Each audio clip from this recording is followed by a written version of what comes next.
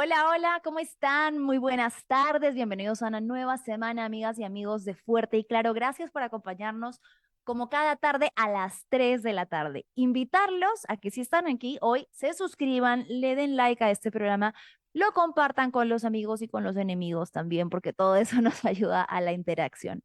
Bueno, hoy empezamos la semana cargada de noticias, ha habido un poco de coyuntura política, pero en este programa siempre les hemos dicho que será un espacio abierto para recibir denuncias. Y eso es de lo que vamos a hablar hoy. La semana pasada estuvimos hablando de dos casos en particular que eran sumamente alarmantes y que tenían como común denominador a niños y adolescentes en labores de explotación laboral y sexual, ambos relacionados con trata de personas. En menos de 24 horas, la policía en dos operativos en distintos puntos de la ciudad, terminó en el rescate de menores en lugares en los que nunca debieron estar. Un caso en Pueblo Libre en el que la policía intervino un supuesto sauna en el que habían, además de mujeres víctimas de trata de personas, una menor de edad siendo explotada sexualmente. Y en Puente Piedra, uno de los casos que también llamó mucho la atención la semana pasada, en un operativo conjunto entre la policía y la SUNAFIL en una fábrica textil de lencería, se encontraron 5 menores de edad, 4 de ellos entre 16 y 17 años y una niña de 12 años que trabajaban con maquinaria pesada, que operaban máquinas que no deberían estar operando y que además estaban trabajando contraviniendo la ley que es la que establece a partir de qué edad los menores pueden trabajar, ojo, con un permiso especial y para ciertas labores. Cuando hablábamos sobre este tema y cuando abordábamos la gravedad del tema, hablábamos sobre el abuso que se comete al aprovecharse de infancias, adolescencias en situación de vulnerabilidad que evidentemente resultan para las personas que gestionan estas fábricas, estas industrias, mano de obra barata.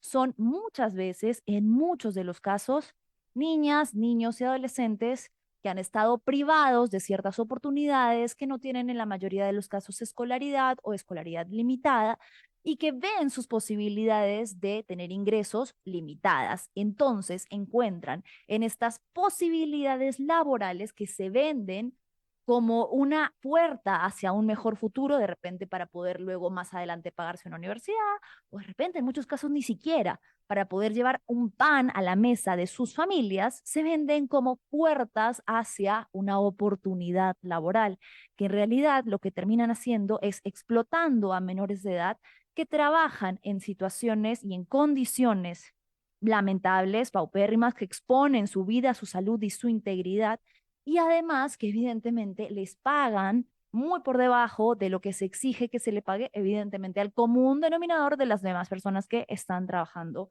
allí. Sobre este caso, recientemente ha salido un documental hecho por un medio independiente, Reportes Silenciados, que evidencia, que pone sobre la mesa esta realidad que muchos de nosotros conocemos, la vemos incluso en las esquinas, cuando estamos en el transporte público, cuando estamos en nuestro vehículo y vemos en el semáforo a niños que están trabajando o vemos a niños que están sirviendo, que están vendiendo, que son adolescentes, realidades con las que nos cruzamos todos los días, pero que es importante que haya data que pueda respaldar y que nos pueda decir qué es lo que está pasando, qué cantidad de menores están en este momento trabajando bajo estas condiciones y qué es lo que está haciendo el Ministerio de Trabajo para poder garantizar para estas personas, para estos niños y para estas niñas, un futuro en el que realmente tengan oportunidades y no estas que son falsas oportunidades. Evidentemente, acá hay muchas más aristas que están involucradas que tienen que ver con que el Estado debería garantizar que esos niños estén en el colegio, que puedan estar asistiendo a clases, que tengan acceso a aulas, que tengan acceso a una educación decente, digna, ¿no?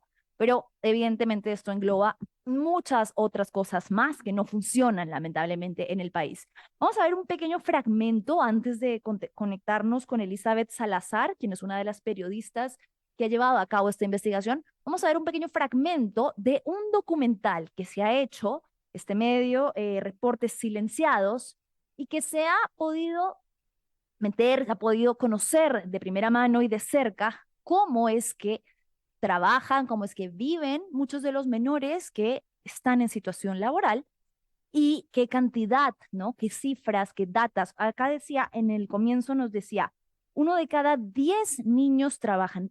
¿Qué edades, en qué condiciones, qué tipo de trabajos? Lo vamos a ver en breves instantes con Elizabeth Salazar. Les quiero mostrar un poquito de lo que es este documental, que ojalá lo puedan ver completo. Me llamo Guadalupe, tengo 15 años. Eran un poco difíciles porque creo que no me gustaba levantarme temprano y creo que normalmente los chicos de mi edad no se levantarían a esa hora, ¿no?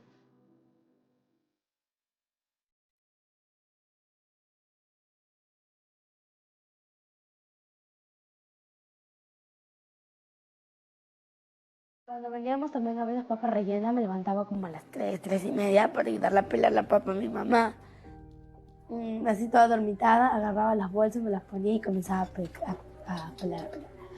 Y seguir pelando, ¿no? Porque era demasiado. Pero era como que siempre me ganaba el sueño. Sales de tu cama que estás muy abrigada y de la nada hace un montón de frío, se te pone la piel de gallina. Y aparte porque es muy de noche, salen los borrachos, los vagos y molestan y eso. Es como una situación muy difícil. Pero igual siempre me da un poco de pánico verlos ahí porque, no sé, yo ya me pensaba lo peor, ¿no? Que, ay, no, ahorita nos roba, ahorita nos quitan la mercadería. Yo preparaba mis panes con pollo, hamburguesas, ¿no?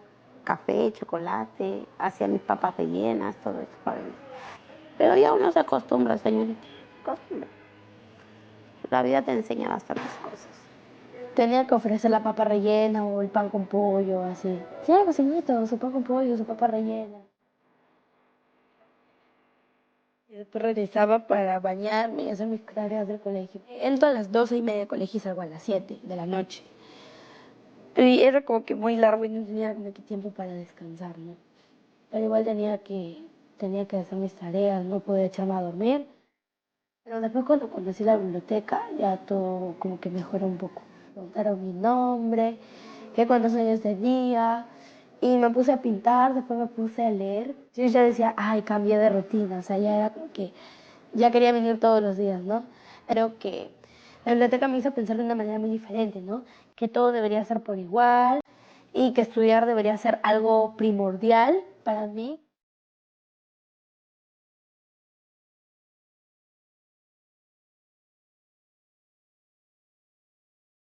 Nosotras entonces pensamos abrir la biblioteca como un espacio donde simplemente les íbamos a dar Gracias. libros y ellos iban a leer y se iban a ir. Entonces, Pero este luego es empezamos solo a un enseñarles a pequeño leer. fragmento de lo que es un mini documental un poco más largo, que empieza mostrándonos la historia de Guadalupe. A través de la historia de Guadalupe se retratan las de muchas otras niñas y niños. 1 de cada 10 niños trabajan, nos dice ahí. Y el horario que esta niña maneja, ¿no? Guadalupe a las 5 de la mañana se levanta, tiene que ayudarle a la mamá a preparar la papa rellena y luego ingresa en el turno de la tarde, ingresa al colegio, pero durante todas esas horas de la mañana ella trabaja. Y como hemos visto ahí, nos va contando un poco de cómo es la vida que afronta, los peligros que afronta en la calle una niña que sale sola a las 5 de la mañana a caminar por el centro, las personas que se cruzan en el camino, lo indefensa que se siente, digamos que narrado, que pareciera que te lo dice una adulta, ¿no? Porque evidentemente es una niña que ha vivido mucho, pero que en el fondo, cuando uno se da cuenta y cae en cuenta, es una niña. Es una niña que, como ella lo dice, la vida la ha forjado de duras maneras y que por eso es que ella, digamos, dice tener esta sabiduría, pero en el fondo, en esencia, es una niña a quien se le están restando horas de estudio, horas de juego, horas de descanso. Guadalupe entra a las 12:30 al colegio a estudiar y sale a las 7 de la noche de su jornada de escolaridad y dice que cuando regresa a casa no puede pues del todo descansar porque tienen que hacer tareas y además tiene que preparar las cosas para el trabajo el día siguiente. Esta es la realidad de muchos niños, niñas y adolescentes, de lo que viven en sus casas, que de repente hemos normalizado y ellos mismos también, como parte de lo que implica estar en el negocio familiar, ayudar a la familia, ayudar a la mamá, pero que en esencia siguen siendo niños y niñas que en familias de condiciones precarias se ven en la obligación o en la necesidad familiar de trabajar. Niños que deberían estar, como lo mencionamos, estudiando, jugando, utilizando su tiempo, como lo haría una niña de la edad de Guadalupe. Ella menciona una parte muy importante, ¿no? Que es la que se ve en el documental, de cómo el acceso a la información, a la educación, a los libros, va cambiando su vida y va moldeándola en el aspecto de entender que todos deberíamos tener los mismos derechos, que ella es una niña que puede soñar alto, que puede soñar ir lejos, que tiene derecho a soñar, que tiene derecho a una infancia distinta. Y toda esta información que ella empieza a narrar, que empieza a llegarle, es a través de esto, de la educación. Por eso es que la educación es el pilar de la transformación social y la única que va a ser capaz de hacer que esta realidad cambie. Estamos ya conectadas con Elizabeth Salazar, quien es cofundadora de Reportes Silenciados, autores de este documental. Elizabeth, ¿cómo estás? Gracias por conectarte con nosotros. Manuela, gracias por invitarme. Elizabeth, cuéntanos un poquito de este documental, a raíz de que surge. Yo decía un poco cuando lo estaba introduciendo que creo que es una realidad que todos tenemos normalizada. Creo que todos nosotros hemos visto en algún momento en la calle, en la esquina, de repente en el micro, a un niño, a una niña trabajando. De repente no lo encasillamos dentro de trabajo, pero si está pidiendo dinero, si está haciendo algún tipo de labor, está trabajando. ¿Cómo surge esta necesidad o, digamos, esta mirada en la ciudad de Lima? Sí, a veces hemos normalizado como en el paisaje tener que ver a niños y adolescentes vendiendo caramelos o trabajando, ofreciendo algún producto en los semáforos, ¿no? Pero esto no es una realidad que deberíamos tener como parte de nuestro sistema. Los niños tienen que dedicarse plenamente a estudiar, o eso sería lo idóneo. Nosotros tenemos lamentablemente un sistema educativo que por la poca cantidad de vacantes uno expulsa por el propio sistema a los niños que no pueden de repente lograr un cupo a inicios de año.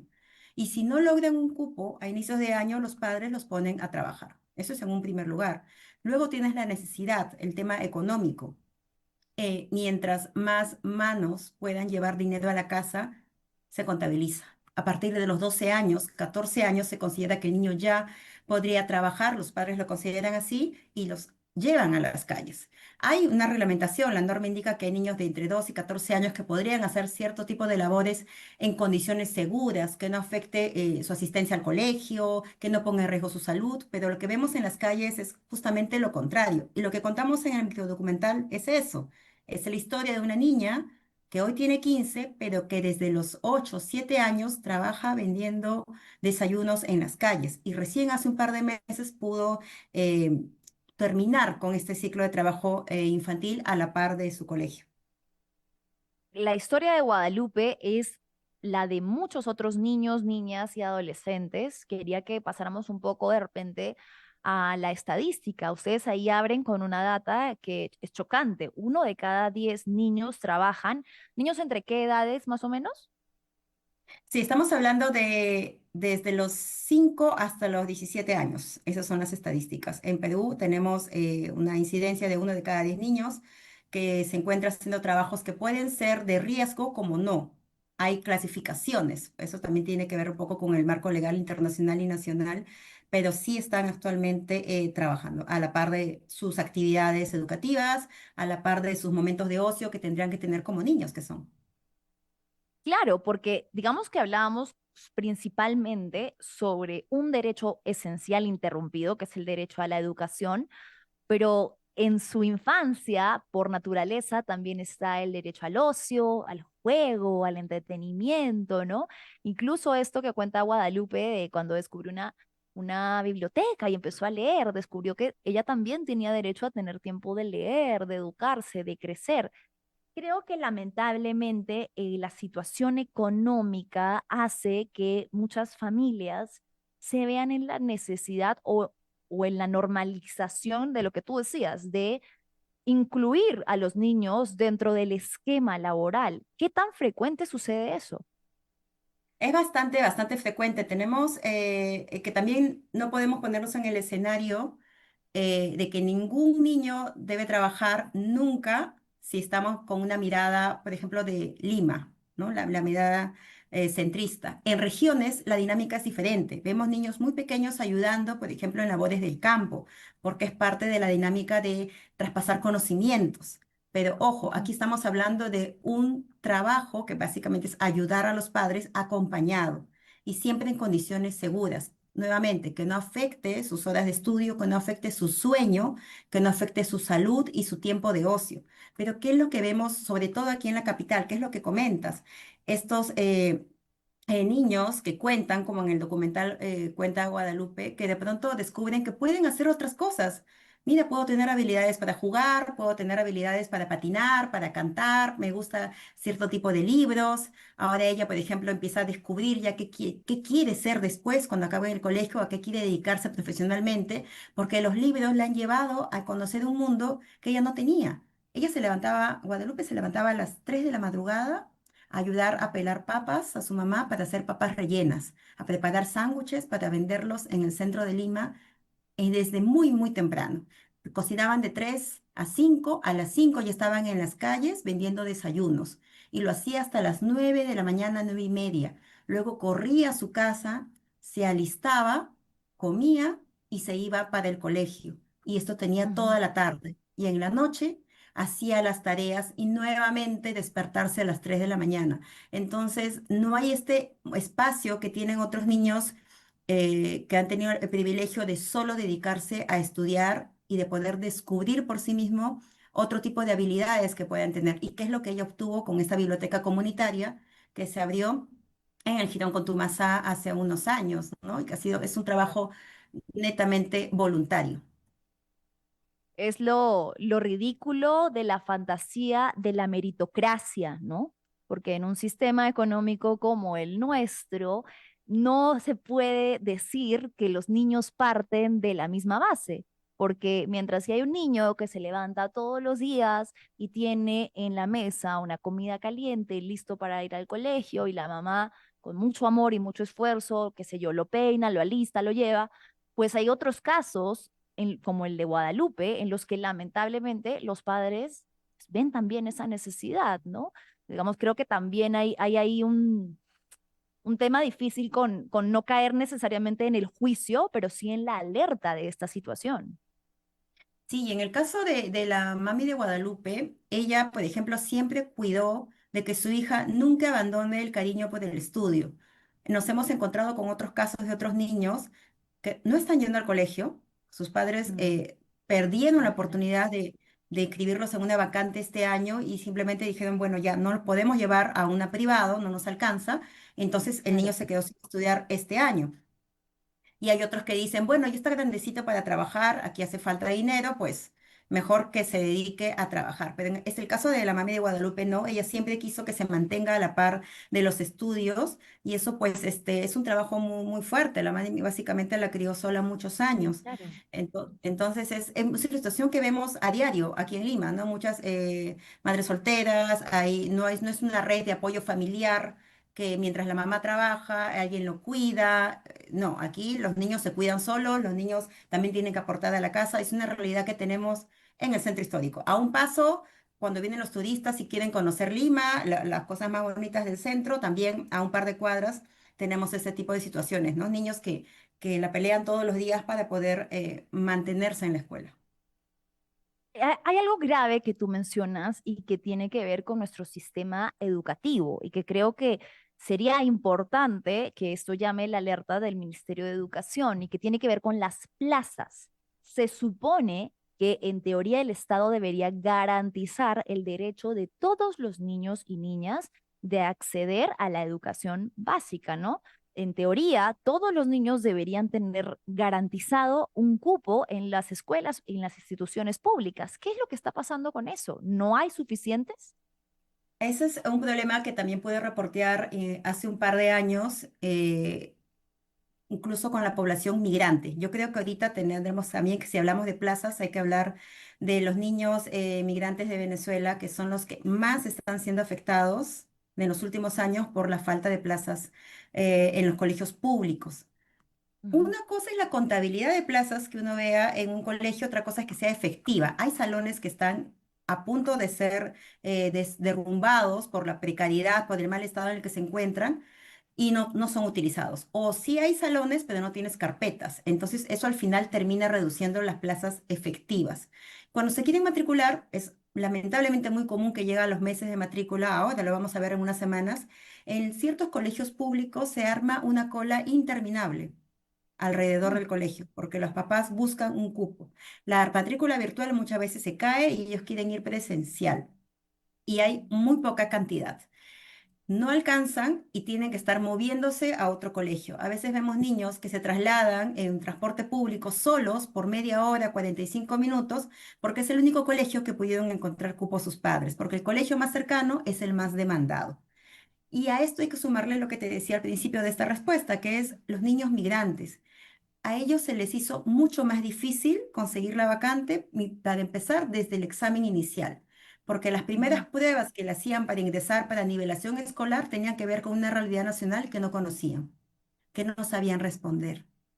El Estado aplicó el programa Lima Aprende, que es para tratar de integrarlos, asegurarles ciertos cupos en los colegios y que no se queden por fuera. Pero eso fue bastante insuficiente. Yo hice un reportaje sobre eso hace 2 años y encontré en Puente Piedra, sobre todo en Lima Norte, que esto afecta bastante, varios niños no escolarizados, niños de 12 años que era su segundo año aquí en Perú que no podían matricularse al colegio y solamente lo tenían en casa con un cuaderno porque ni siquiera querían dejarlos salir al barrio porque los padres no lo consideraban seguro. Entonces eran niños recluidos en sus propios hogares, que si bien ya no trabajaban, pero tampoco podían ir a estudiar porque no tenían una vacante. Esto es un tema que el Ministerio de Educación no lo resuelve, no lo tiene resuelto. Creen que la demanda de colegios particulares, porque esos particulares que surgen supuestamente más económicos, tendrían que suplir esta falta de vacantes, tampoco lo está logrando. Y además tenemos que entender que no todos tienen la economía para pagar alguna mensualidad, ¿no? Supuesto que no, digamos, eso es uno de los pilares principales a los que los contribuyentes creemos que debería ir el dinero del Estado, ¿no? A garantizar la educación de los millones de niños y niñas que no, sus papás no tienen para pagarla. Esa es una realidad que no puede hacer que queden niños por fuera del sistema porque no hay plazas, porque no hay cupos, incluso, ¿no? Y si nos fuéramos más a fondo de este tema y de las carencias graves del sistema educativo, en qué condiciones estudian los que obtienen plazas, en aulas que se caen a pedazos, en regiones, por ejemplo, como en la Amazonía, en aulas que se inundan, que los profesores Sí. tienen que hacer videos pidiendo ayuda. ¿Cómo has visto de repente si es que esta ha sido una arista que han podido investigar también, como en qué estado se encuentra la educación pública? Sí, es tal cual me lo cuentas. La infraestructura de los colegios públicos, sobre todo a raíz de la pandemia, realmente es muy precaria. Es muy precaria. Hay salones, cuando uno los visita, No, los directores, lo primero que se quejan es que están a punto de derrumbarse, que hay pabellones enteros que no pueden tocar, donde uno puede perder 6 aulas, 8 aulas donde no los puedes tocar porque un temblor y esto se cae. No tienen redes no, de agua pública que estén funcionando adecuadamente. Para variar, uno va a estos baños y no funciona, no hay agua. no hay agua. Entonces, sí, eso es lo básico para ellos y no lo tienen. Y aquí nomás en el RIMAC hay muchos colegios que pasaron o ganaron esta partida para la reforma de la infraestructura y ahorita uno los visita y siguen a media construcción. Ya han pasado 3 años y medio desde que se ganó esa licitación. Entonces, no hay infraestructura, no hay suficientes plazas, no hay suficientes cupos, no hay las condiciones administrativas también para atender adecuadamente a los padres trabajadores, sobre todo los que trabajan de madrugada o están en horarios muy difíciles para poder matricular a sus hijos. El sistema no funciona. Y una de las cosas que contamos en el reportaje, en el microdocumental, es pues, esta biblioteca que aparece de manera comunitaria en el Jirón Contumasá, que es un jirón muy conocido por casos de proxenetismo, bares clandestinos y violencia que se presenta, y cómo esa biblioteca ha venido a suplir un poco una labor que tendría que tenerle el Estado. El Estado es el que tendría que brindar estos espacios seguros para los niños. Y entendamos que no todos los niños tienen una red de apoyo. Son niños y sus papás trabajan en la calle todo el día o solo tienen una mamá que trabaja todo el día. Estos sistemas públicos, que tendrían que ser públicos, no de iniciativas comunitarias de vecinos, deberían suplir o ayudar a los niños que también tienen que estar mitad trabajo y mitad en el estudio. Claro, es lo que termina sucediendo muchas veces, ¿no? Son los vecinos los que se organizan, la comunidad, de repente consiguen un poco de ayuda, donaciones de libros y poco a poco así van haciendo este sistema de apoyo que en realidad, como tú lo has dicho muy claramente, debería ser garantizado por el Estado. Ahora, Elizabeth, ya para ir cerrando, te quería hacer dos preguntitas. La primera, hay otros casos, no sé si has visto la semana pasada, pero hubo yo estaba hablando un poco de una inmersión, de un operativo que se hizo en una fábrica donde se encontraron a menores de edad trabajando con maquinaria pesada. Entonces, así como, digamos, de repente hay los casos de Guadalupe en los que hay supervisión familiar, también muchas veces la precariedad y la necesidad empuja a estos niños y adolescentes a aceptar trabajos de personas que se aprovechan de esa necesidad y de esa vulnerabilidad. ¿Qué entidad tendría que estar fiscalizando esto? Sí, cuando hablamos ya de trabajo que pone en riesgo la salud y la seguridad de los niños, no solo es un tema del Ministerio de Educación, es el Ministerio de la Mujer y Poblaciones Vulnerables, es el que tiene que entrar acá. Recordemos el caso, bueno, ha habido varios casos de trata de personas, de explotación laboral que deriva también y que a veces se confunde con trabajo infantil. Se confunde porque situaciones como las que tú cuentas son trabajos de riesgo, en que expones la vida de un menor de edad, porque es algo que no tendrían que estar haciendo ellos. Tienes lamentablemente un Estado que no fiscaliza ese tipo de negocios para ver cuál es la mano de obra que se está usando para ese tipo de oficios, pero también tienes una sociedad que lo permite, porque hay un empleador que permite que haya menores de edad en ciertos espacios donde no tendrían que estar, donde el tema de maquinarias es súper, súper peligroso. Así como vimos el caso del incendio de Nicolini, donde hubo esta tragedia, donde dos jóvenes fallecieron porque estaban encerrados en containers. Eso también pasa con varios adolescentes. Hay trabajos así de riesgo, hay trabajo precario también en pelando pollos, en Porate. Hay trabajo precario en las ladrilleras y ya ni hablemos de los delitos conexos como la trata de personas por explotación sexual en los bares, donde también adolescentes son fichadas para atender estos negocios ilícitos. Entonces, tenemos una cadena de un sistema que no protege al menor de edad, un sistema estatal que no lo protege, pero también una sociedad que lo ignora, que lo consiente, que tolera. El negocio del costado puede estar atendiendo un menor de edad de repente en alguna exposición con carbón o con químicos peligrosos. Alguna vez yo he reporteado una historia de niños de carbón en San Juan de Miraflores, junto al mercado Ciudad de Dios. Todas las Wow. carboneras están los niños allí, teñidos de negro, empacando los carbones que luego los sellan y los van a llevar a otro tipo de mercados más céntricos. Es muy cerca, no hay que ir tan lejos para encontrar lamentablemente trabajo infantil. Claro, y en muchas situaciones en las que tú señalas, en las que el riesgo es inminente, pero digamos que lo pasamos un poco por alto. Y sí, efectivamente, no son situaciones en las que solamente estamos hablando de afectar derechos que ya son graves de afectación, como la educación, sino que también es esto, ¿no? Su salud, su integridad. Y como lo mencionaba, que creo que también es un factor, hay mucho, ¿no? De qué hablar acá, nos podríamos quedar horas, pero de la feminización de la pobreza, ¿no? Y el uso de los cuerpos de los jóvenes, ¿no? Los hombres para el trabajo duro, la construcción, la carga, siendo niños que todavía no están preparados para eso, y las mujeres muchas veces víctimas de redes de trata de personas en las que también las niñas y adolescentes son las principales víctimas según las estadísticas del Ministerio del Interior. Exacto, porque es la cosificación. ¿A quienes piden para que atiendan un negocio, para que sean como el escaparate de la tienda, del restaurante, de la pollería? A un adolescente, una mujer o una mujer joven, porque lo que quieren vender es la imagen, ¿no? Se vende el cuerpo.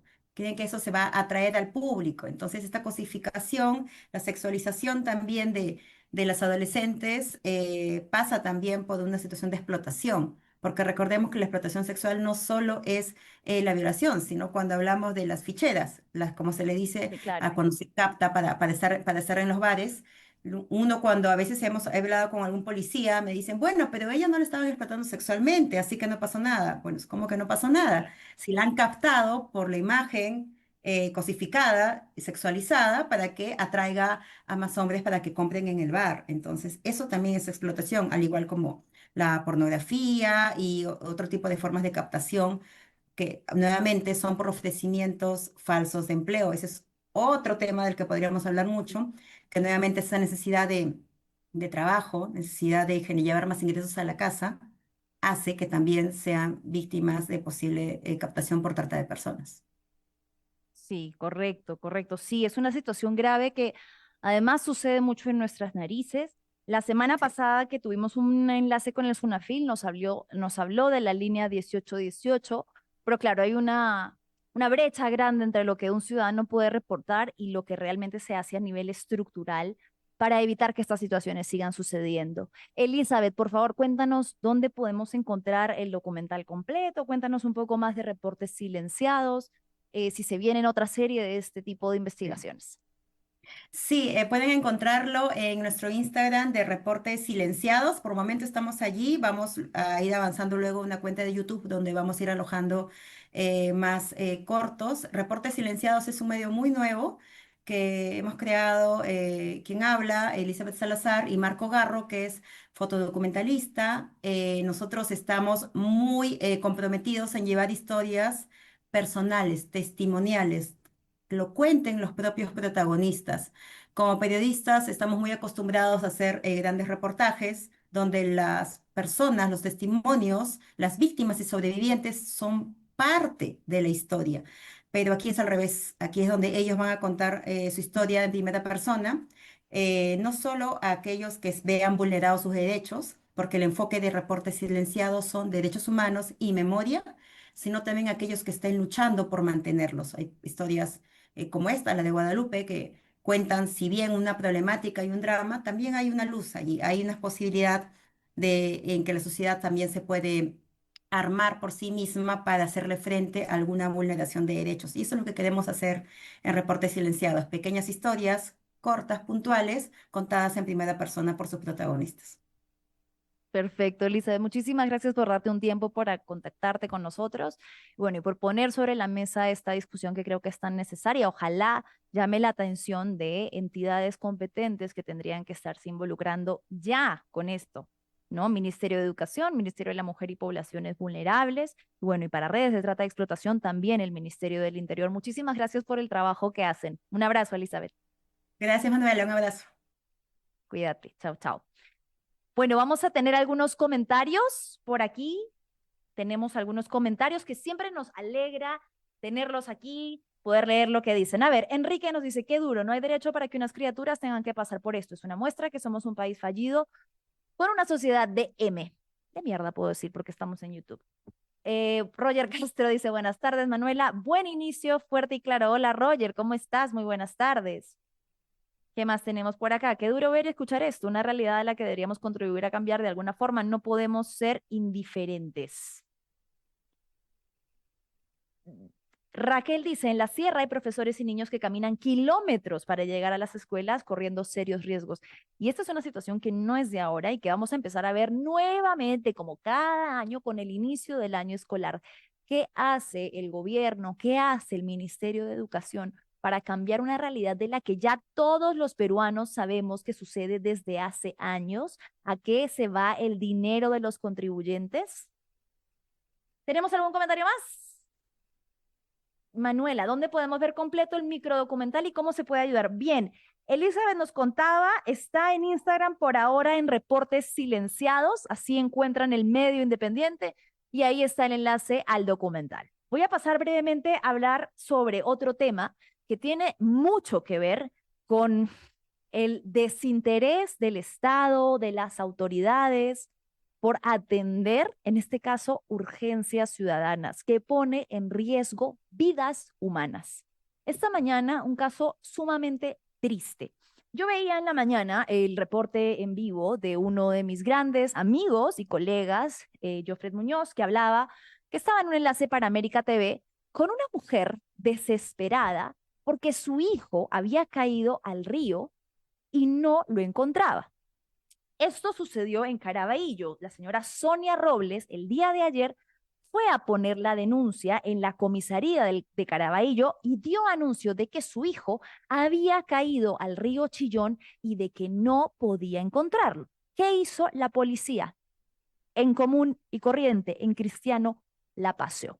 Le dijo que tenía que esperar, que iban a llamar a los rescatistas, que vuelvan unas horas a la comisaría, que le iban a avisar. Las horas pasaban y absolutamente nadie la llamaba, ni un mensaje, ningún tipo de seguimiento a una desaparición, además de un menor de edad que debería de levantar absolutamente todas las alertas de las autoridades. Tenemos el fragmento, la claqueta de lo que fue parte de la entrevista que tuvo Jofred Muñoz hoy en vivo con la señora Sonia Robles, que antes de lanzarla, les cuento, hicieron una llamada, ¿no? Primero la señora Sonia cuenta la situación y luego Jofred, el reportero, hace una llamada en directo a la comisaría para ver qué le respondían a la señora y es absolutamente indignante, te dan ganas de meterte por el teléfono, a zamaquear a la persona que está contestando el teléfono del otro lado, porque indigna el desinterés, no sé, la frialdad con la que le responde a una mujer que le está diciendo que está desesperada porque no encuentra a su hijo. Vamos a ver. Denuncia a Caraballo a la comisaría y me dijeron, señora, no se preocupa que van a venir los rescatistas del 105 y no llegan hasta ahora, desde ayer ellos han ido, vino solo la policía. ¿Cómo sabe usted que, usted me dice que se ha perdido en Caraballo, cómo sabe que se ha caído el río? Porque hemos venido acá porque mi hijo estaba acá. Usted me dice en Caraballo. Me tiene que ver en la comisaría, señora, a través de la denuncia tiene que ir Así ahí. me dicen, nada más, que tengo que ver en la comisaría, que tengo claro. que... Pero no... De ahí usted tiene que ir con un efectivo policial al lugar donde sí los hechos, todo. Como ya hizo la denuncia, tiene que ver ahí donde hizo la denuncia. Muy bien. O si no, Hola, disculpe, ¿qué tal? Estamos en vivo para América Televisión y la señora lo que quiere es que la apoyen porque está buscando a su hijo desde ayer y no encuentra aquí personal de la policía de rescate. Entonces queríamos saber cómo ustedes pueden auxiliarla, tiene que haber una ubicación, qué respuesta hay para ella. No estamos en vivo, disculpe. Ya, me dice que la desaparición ha sido el día de ayer, ¿correcto? Sí. Ya, ¿dónde ha hecho la denuncia? ¿Qué comisaría ha hecho la denuncia? De Caraballo. ¿En la comisaría o en la de Tigre, señora? En la comisaría de Caraballo. Ya. Ya, lo voy a comunicar ahorita. Un momento, por favor, no me corten la llamada, por favor, ¿ya? Dios mío. Bueno, vamos a permanecer acá, Federico, Verónica, para ver qué respuesta nos corta, eso señora. fue Continúa con la policía el y enlace vamos a que mantener tuvo tanto ustedes esta también. mañana ¿Sabes qué? la Es señora indignante. Sonia Robles, cuando quedó demostrada la desidia, el desinterés, la falta de empatía, de humanidad con el que las autoridades, en este caso la policía, contesta a la necesidad, a la desesperación de una mamá que le dice, estoy buscando a mi hijo. Mi hijo lleva horas desaparecido, ya he venido a la comisaría 2 veces y lo único que me responden es que vuelva más tarde, que vuelva más tarde, que ya está viniendo la ayuda, que ya está viniendo la ayuda. Bueno, ¿saben cuál fue el fatal y lamentable desenlace de esta historia? Que a las pocas horas de este enlace, efectivamente, claro, como ya se hizo un escándalo nacional porque apareció en las noticias, porque mi compañero Jofred Muñoz tuvo que decirle al policía, señor, estamos en vivo, estamos fiscalizando en este momento su calidad de atención a la ciudadanía. Como en ese momento automáticamente le cambia la voz. Ah, sí, señora, disculpe, ¿dónde fue que lo denunció? Ah, ya, sí, un momentito, sí, ya. Ahí sí, diligente. Pero ¿qué pasa entonces? Como sucede el 90% del tiempo, cuando no hay cámaras, no hay fiscalización y llega un ciudadano o una ciudadana cualquiera a poner una denuncia, a decir que necesita ayuda, a pedirle a la autoridad que por favor le preste atención. Esto es lo que encuentra. Y lo sabemos quienes hemos ido a poner una denuncia. Te pelotean, te lanzan de aquí para allá. El tema de la reestructuración en la policía es urgente y lo están arrastrando hace mucho tiempo. Tampoco es algo que se escuche con claridad dentro de las propuestas que se están llevando al Senado o incluso a la presidencia. ¿Quién está hablando de una reforma policial por temas graves como este? ¿Qué pasó a las pocas horas? Esto. Encontraron el cuerpo del adolescente, evidentemente sin vida, después de que su mamá llevaba horas tratando de que la ayudaran, pidiendo ayuda a las autoridades. Ella sabía que su hijo había caído al río y lo primero que le contesta a este oficial del otro lado de la línea es: ¿y cómo saben que se cayó al río? Señor, ¿por qué hemos estado acá? Porque yo lo he visto, porque le llevamos horas buscándolo. Es lo mismo que cuando va una mujer y dice que su hija ha desaparecido y lo primero que le dicen: ¿estás segura que no se fue con el enamorado? Por favor, ponen a prueba la inteligencia y el saber de las personas que se toman el tiempo de ir a poner una denuncia y de pedir ayuda en la comisaría. Esto, lamentablemente, fue lo que sucedió esta mañana y es un desenlace terrible que lamentablemente no sorprende, porque como estos casos, miles, en los que la desidia, el desinterés, la negligencia de las autoridades se cobra vidas. En paralelo, hemos recibido una denuncia de dos familias que están desesperadas por una situación similar. Dos adolescentes que llevan desaparecidos en la comunidad de Huanta, 5 días desaparecidos en el río Mantaro. Se trata de Teodoro Vítor y Wilmer Márquez, de 13 y 14 años. Estas son algunas de las publicaciones que han hecho sus familiares y que las han podido difundir un poco entre la misma comunidad, porque parte de lo que denuncian es que las autoridades no les hacen caso, que han ido a pedir ayuda a la policía, que han enviado incluso oficios a la Marina, que el alcalde de Huanta es el que está pidiendo ayuda a nivel gobierno regional, está pidiendo maquinaria y que no son escuchados. Algunas de las imágenes que nos hicieron llegar son de la maquinaria que ellos mismos como vecinos se han conseguido para poder hacer las labores de búsqueda dentro del río Mantaro. Llevan ya casi una semana desaparecidos y es brutal y doloroso ver la indiferencia con la que son tratados. En un caso como el que acabamos de ver ahorita en Caraballo, imagínense, en Lima, peor aún en casos como estos que suceden en regiones y que no tienen eco suficiente, que no encuentran medios, que no encuentran espacios para poder pedir ayuda a las autoridades. Ni siquiera deberíamos estar hablando en esos términos, porque no se trata de pedir ayuda, se trata de exigirle a las autoridades que cumplan con su trabajo. Pero lamentablemente, como opera nuestro país, muchas veces se habla de apelar a la humanidad de las autoridades, a decirles, por favor, envíen equipos de rescate, envíen equipos especializados para buscarlos, porque nosotros como comunidad tenemos esto. Tenemos esto, que es una excavadora y que no nos alcanza para más, que no sabemos qué más hacer, porque evidentemente si la familia pudiera, la familia ahorita está ahí, está en labores de búsqueda en el río Mantaro. Teníamos coordinado un enlace con ellos, pero lamentablemente por temas de señal ha sido imposible de concretarlo, pero están ahí y no han dejado de estar ahí hace una semana. Y vienen tocando puertas, vienen tocando medios, vienen pidiendo ayuda a la policía, a la Marina, a las autoridades, y han sido las comunidades de Huanta las que se han podido organizar medianamente para buscarlos. Son los vecinos los que se organizan horarios y turnos de búsqueda, son ellos los que dentro de los más especializados incluso se meten al río, pero con un caudal alto que evidentemente los pone en peligro. Por favor, desde este programa hacemos un llamado urgente a que las autoridades atiendan este caso, repetimos la información, Se trata de 2 jóvenes que están desaparecidos desde hace más de 5 días en el río Mantaro. Estamos hablando de 2 jóvenes de 13 y de 14 años que fueron a pescar y que lo que asumen sus familiares es que fueron arrastrados por el caudal del río.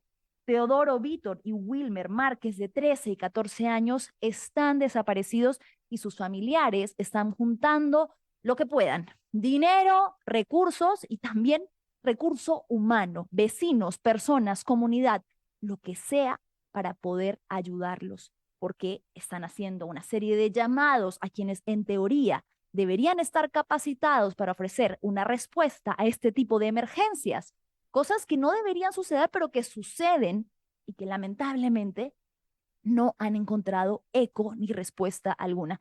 ¿Qué estamos esperando?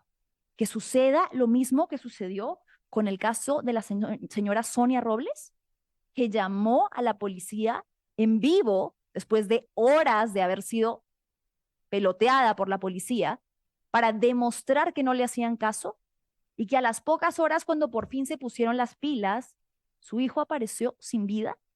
¿Eso es lo que están esperando las autoridades? ¿Poder certificar el hallazgo de un cuerpo?